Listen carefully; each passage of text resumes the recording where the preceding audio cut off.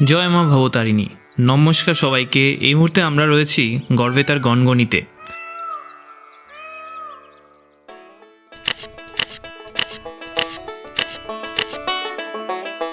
কয়েকটি ছবি তোলার পর চপ মুড়ি দিয়ে সকালে ব্রেকফাস্ট করে আমরা বেরিয়ে পড়লাম আমাদের গন্তব্য পুরুলিয়ার দিকে।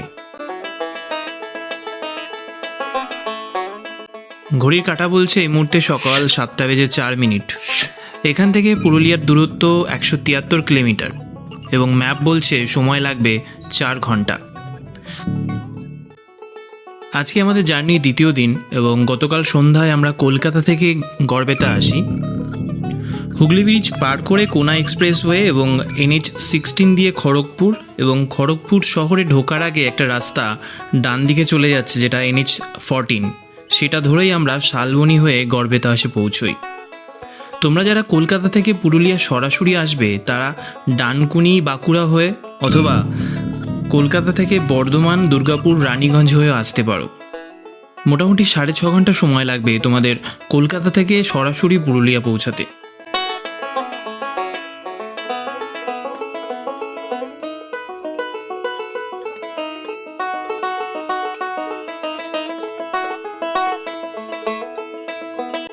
গনগনি থেকে NH-16 ধরে আমরা এই মুহূর্তে সোজা চলেছি বাঁকুড়া এবং বাঁকুড়া থেকে আমরা NH-314 ধরে সেখান থেকে সোজা যাব পুরুলিয়া স্টেশন এবং তারপরে সেখান থেকে অযোধ্যা হিল টপ।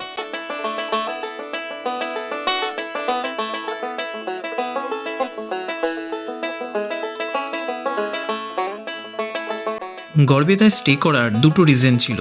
প্রথমত এখানে সকালবেলা উঠেই গ্র্যান্ড ক্যানিয়ন দেখতে পাবো এবং দ্বিতীয় কারণটা হচ্ছে আমাদের অফিস কলিগ শুভজিৎ বিশাই, সেই দাদার বাড়িও ওই গড়বেতায়। শিলাবতী নদীর তীরে অবস্থিত গনগনি বা the grand canyon of Bengal কিন্তু এখন একটা বেশ ফেমাস ট্যুরিস্ট স্পট।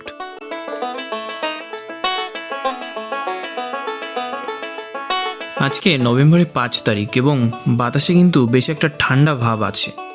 দুপাশে সৌন্দর্য তো দেখতেই পাচ্ছ তোমরা, পুরো সবুজে সবুজ, আর তার সঙ্গে এই যে কৃষ্ণচূড়া গাছগুলোর ফুল ফুটে রয়েছে, জাস্ট অসাধারণ লাগছে দেখতে। সবুজ দেখলেই আমাদের চোখ কেমন যেন শান্তি অনুভব করে, তাই না? এর পিছনেও কিন্তু একটা সায়েন্টিফিক রিজন রয়েছে। মাত্র কয়েক শতাব্দী ধরে মানুষ শহরের কংক্রিটে বসবাস শুরু করেছে, কিন্তু তার আগে লক্ষ লক্ষ বছর ধরে মানুষ কিন্তু এই প্রকৃতির মাঝেই বড় হয়ে উঠেছে। আর যদি তারানাথ তান্ত্রিকের ভাষায় বলি তাহলে শহরে থাকি কেবল কাজের টানে, দৈনন্দিনতার বন্ধনে আবদ্ধ এক প্রয়োজনের কারণে। না হলে ইট পাথরের ভিড়, ধোঁয়ায় ঢাকা আকাশ আর ক্লান্ত রাস্তার দিকে তাকালেই মন হাঁপিয়ে ওঠে। হৃদয় টানে দূরে, যেখানে আছে মাটির গন্ধ, ভোরের শিশির আর বাতাসে দুলে ওঠা সবুজের তরঙ্গ। আমাদের চোখ যেন সেই আদিকাল থেকেই সবুজে শিক্ষিত, বনের, ক্ষেতের, গাছের পাতার সেই চিরপরিচিত রং। তাই যখনই গ্রামে যাই, পাহাড়ের কোলে দাঁড়াই, ধান ক্ষেতের দিগন্ত দেখি, সর্ষের হলুদ ঢেউ কিংবা চা বাগানের নরম ঢালু পথ দেখি, তখন মনে হয় চোখ যেন আবার জন্ম পেল।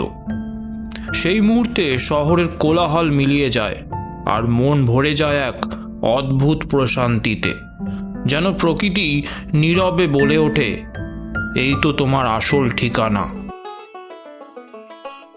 গনগনি থেকে পুরুলিয়ার রাস্তার এই 95% কিন্তু মাখনের মতন স্মুথ এবং রাস্তার দুপাশে এরকম সবুজের সমারোহ। তবে মাঝে মাঝে স্পিড ব্রেকার রয়েছে, কারণ যেখানে যেখানে বাজার, দোকানপাট রয়েছে, মানুষের বসতি রয়েছে, তো সেই সমস্ত জায়গাতে তো তোমরা এরকম ইয়েলো প্যাচেস এবং স্পিড ব্রেকার দেখতে পাবে।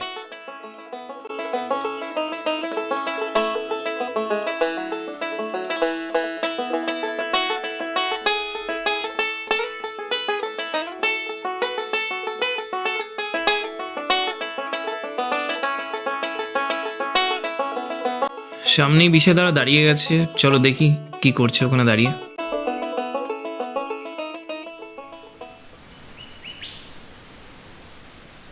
কিছু একটা জাল দিচ্ছে মনে হচ্ছে, দূর থেকে বোঝা যাচ্ছে। ওকে, খেজুরের রস জাল দিয়ে গুড় তৈরি করছে।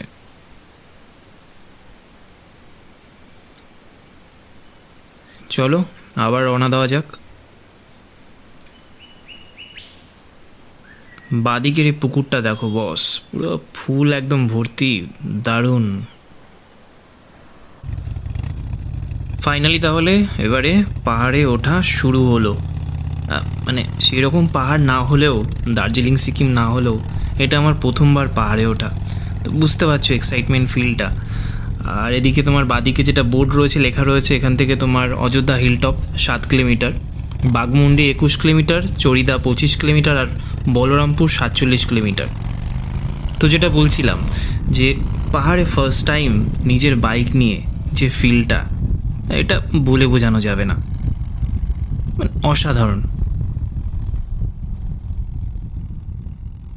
সামনে মনে হচ্ছে এটা একটা view point. Of, awesome view. এই জায়গাটাকে পুরুলিয়ার সিল্ক রুট বলা হয়।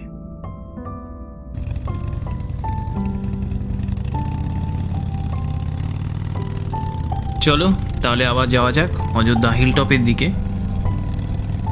এই পুরো 7 কিলোমিটার রাস্তায় আমি নন কাট ভিডিও বানাচ্ছি এবং পুরোটাই আমি আপলোড করব।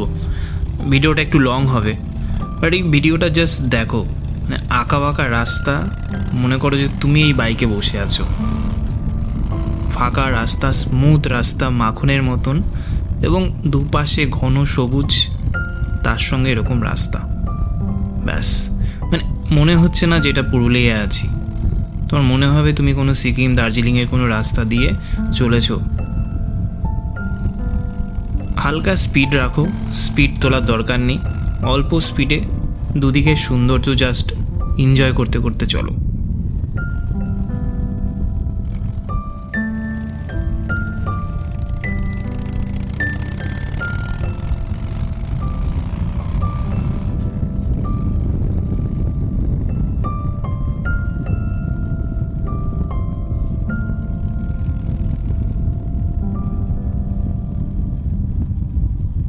প্রত্যেকটা টার্নিং পয়েন্ট দেখছো কতটা শার্প।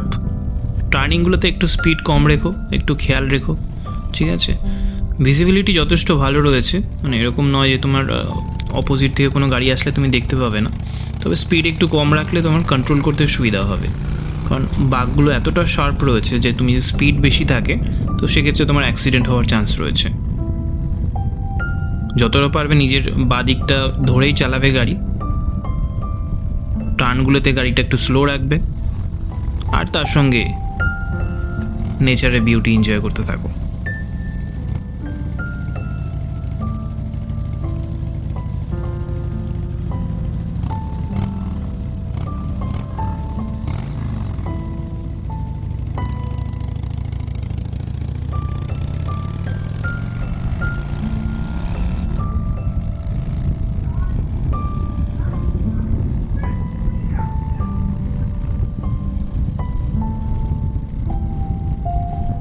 এই আঁকাবাঁকা রাস্তা দেখে আমার একটা গানই মনে আসছে এখন, সেটা হচ্ছে চলেছি একা কোন জানায়, খুঁজেছি তারে যে অচেনায়। তবে পুরুলিয়ার রাস্তাঘাট কিন্তু যথেষ্ট ভালো হয়ে গেছে বস, প্রচুর লোক এখন পুরুলিয়া আসছে। আগে কি হতো, আগে পুরুলিয়া শুধুমাত্র পিকনিক করতে আসতো লোকে, পিকনিক স্পট হিসাবেই ফেমাস ছিল, কিন্তু এখন ইদানিং মানে পুরুলিয়া সত্যি খুব সুন্দর জায়গা। মানে ওয়েস্ট বেঙ্গলের মধ্যে পুরুলিয়া, বিশেষ করে তুমি যদি শীতকালে আসো এখানে, তো সিকিম দার্জিলিংয়ের থেকে কোনো অংশে কম নয় জায়গাটা। একদিকে পাহাড় রয়েছে, একদিকে ভ্যালি রয়েছে, ঝর্ণা রয়েছে, সব কিছুর কম্বিনেশন রয়েছে এখানে। এবং আমার মনে হয় যদি পশ্চিমবঙ্গ সরকার এখানে আরও ভালোভাবে সাজায়, ঠিক আছে, আরও ইনভেস্ট করে টাকা, তো এখানে আরও ট্যুরিস্ট আসবে বাইরে থেকে, এবং ডেফিনেটলি সরকার এবং লোকাল লোক সবারই বেনিফিট হবে।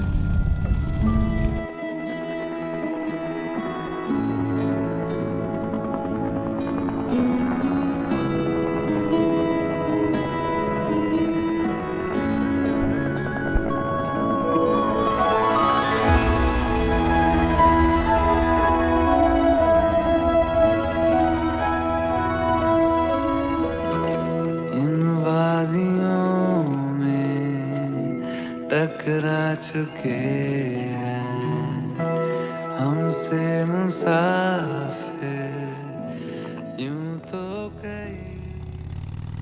মাঝে মধ্যে কিন্তু এরকম লোকালয় চলে আসবে, ঘরবাড়ি রয়েছে মানুষজনের, রাস্তায় এরকম দেখতে পাবে ধান শুকোচ্ছে, একটু সাবধানে চালিও, কারণ অনেক সময় হাঁস মুরগি রাস্তায় হুটহাট করে রাস্তার উপর চলে আসে, তো স্পিডটা একটু কন্ট্রোলে রেখো এখানে।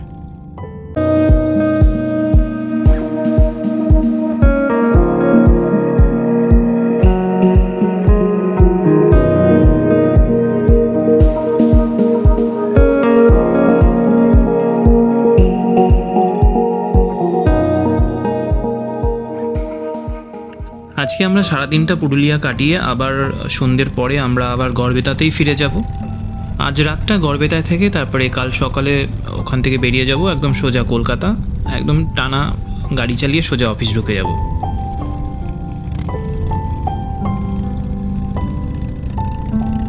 দোল বা তার পরবর্তী সময়ে তুমি যদি অযোধ্যা পাহাড়ে আসো, পুরুলিয়ার পাহাড়ে আসো, তো এখানে আরেক রকম রূপ দেখতে পাবে।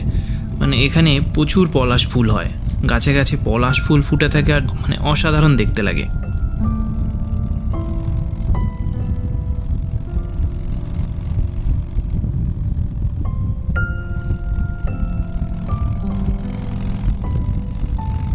এখন আমরা রয়েছি অযোধ্যা হিলটপ এরিয়ায়, আর ঘড়ির কাঁটা বলছে সময় হয়েছে 11:05। সকাল 7টায় আমরা গড়বেতা থেকে স্টার্ট করেছিলাম। মাঝখানে পুরুলিয়া স্টেশনে আমরা ব্রেকফাস্ট করি ও অযোধ্যা পাহাড়ে ওঠার আগে একটা জায়গাতে আখের রস খাওয়ার জন্য আমরা দাঁড়িয়েছিলাম। তো মোটামুটি আমরা মানে ম্যাপের দেখানো সময় অনুযায়ী আমরা পৌঁছে গেছি।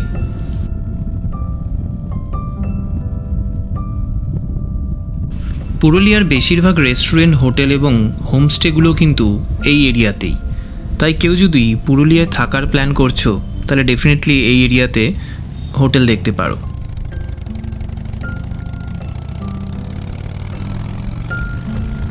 সামনের আকাশটা দেখো একবার, পুরো একদম ডিপ নীল হয়ে রয়েছে, মানে কোথাও এক টুকরো মেঘ নেই। মনে হচ্ছে আর একটু এগোলেই কোনো বরফ ঢাকা পাহাড় দেখতে পাবো।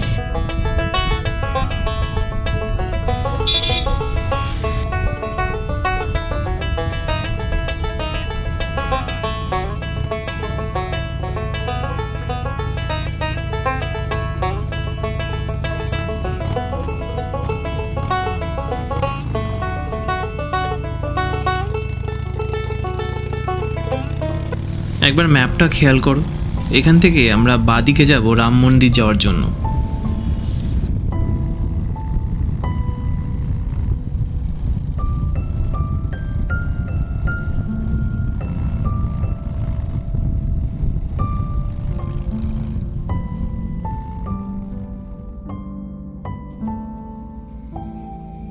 চলে এসেছি আজকের first view point, Ayodhya Ram মন্দির।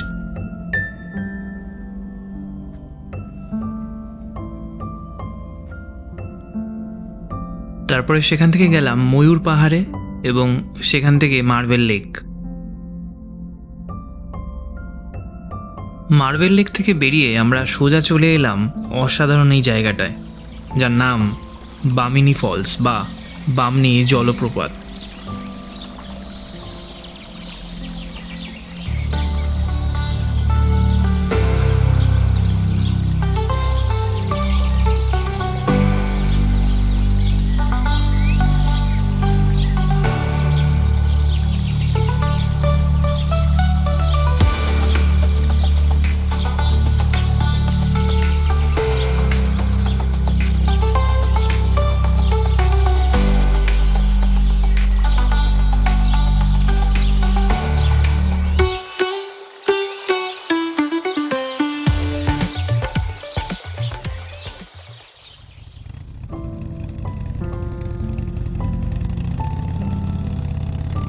বামনি ফলস থেকে ফেরার সময় আমরা দেখলাম তুর্গা ফলস বা তুর্গা জলপ্রপাত। তুর্গা ফলস দেখে আমরা চলে গিয়েছিলাম কেষ্টপুর বাজার ড্যাম দেখতে এবং সেখান থেকে আমরা চলে এলাম অযোধ্যা লোয়ার ড্যাম দেখতে। লোয়ার ড্যাম দেখে এখন আমরা এগিয়ে চলেছি আমাদের পরবর্তী ডেস্টিনেশন, সেটা হচ্ছে আপার ড্যাম। বামনি জলপ্রপাতের জল যে জলাশয়ে এসে মিশেছে সেই জলাশয়েরই এক প্রান্তে গড়ে উঠেছে এই লোয়ার ড্যাম এবং আপার ড্যাম। এই দিকটা বেশ নির্জন এবং ট্যুরিস্টও খুব একটা আসে না এই দিকটায়। একদিকে খাদ আর আরেক দিকে পাহাড়, এবং যত দূর চোখ যায় শুধু সবুজ আর সবুজ। সূর্যি মামা ডুবি ডুবি করছে এবং এই আলো আঁধারি খেলায় বেশ একটা মায়াবী পরিবেশ তৈরি হয়েছে।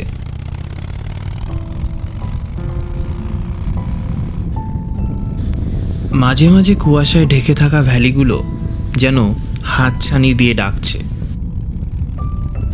আপার ড্যাম দেখে আমরা ফিরে যাব গড়বেতা এবং সমাপ্ত হবে আজকের জার্নি। কিন্তু মনে থেকে যাবে এই সব স্মৃতি যা আমাদের সারা বছর বেঁচে থাকার রসদ যোগাবে। তবে আপার ড্যাম পৌঁছানোর আগে এক ঝলক দেখে নিই যে আজকে আমরা কি কি দেখলাম। সবার প্রথমে আমরা গেলাম রাম মন্দির, সেখান থেকে ময়ূর পাহাড়ে। ময়ূর পাহাড় দেখে আমরা চলে গেলাম সোজা মার্বেল লেক এবং সেখান থেকে বামনি ফলস, দুর্গা ফলস। সেখান থেকে বেরিয়ে আমরা চলে আসলাম কেষ্টপুর বাজার ড্যাম এবং সেখান থেকে লোয়ার ড্যাম এবং নেক্সট ডেস্টিনেশন আপার ড্যাম। তবে আজকের জন্য এটুকুই। আবার দেখা হবে নতুন কোনো ভিডিওয়ে, নতুন কোনো জায়গায়। ততক্ষণ ভালো থাকো, সুস্থ থাকো, আর অবশ্যই ভিডিওটা লাইক করে দিও এবং চ্যানেলে নতুন হলে সাবস্ক্রাইব করে দিও। যদি তুমি ফেসবুকে দেখছো তাহলে অবশ্যই ফলো বাটনটা প্রেস করে দিও। আর শেষে তোমাদের জন্য আমরা ফেরার সময় জয়পুর ফরেস্টের কিছু ভিডিও করেছি, সেটা আমি অ্যাড করে দিলাম, সেটা দেখে নিও। Thank you, by.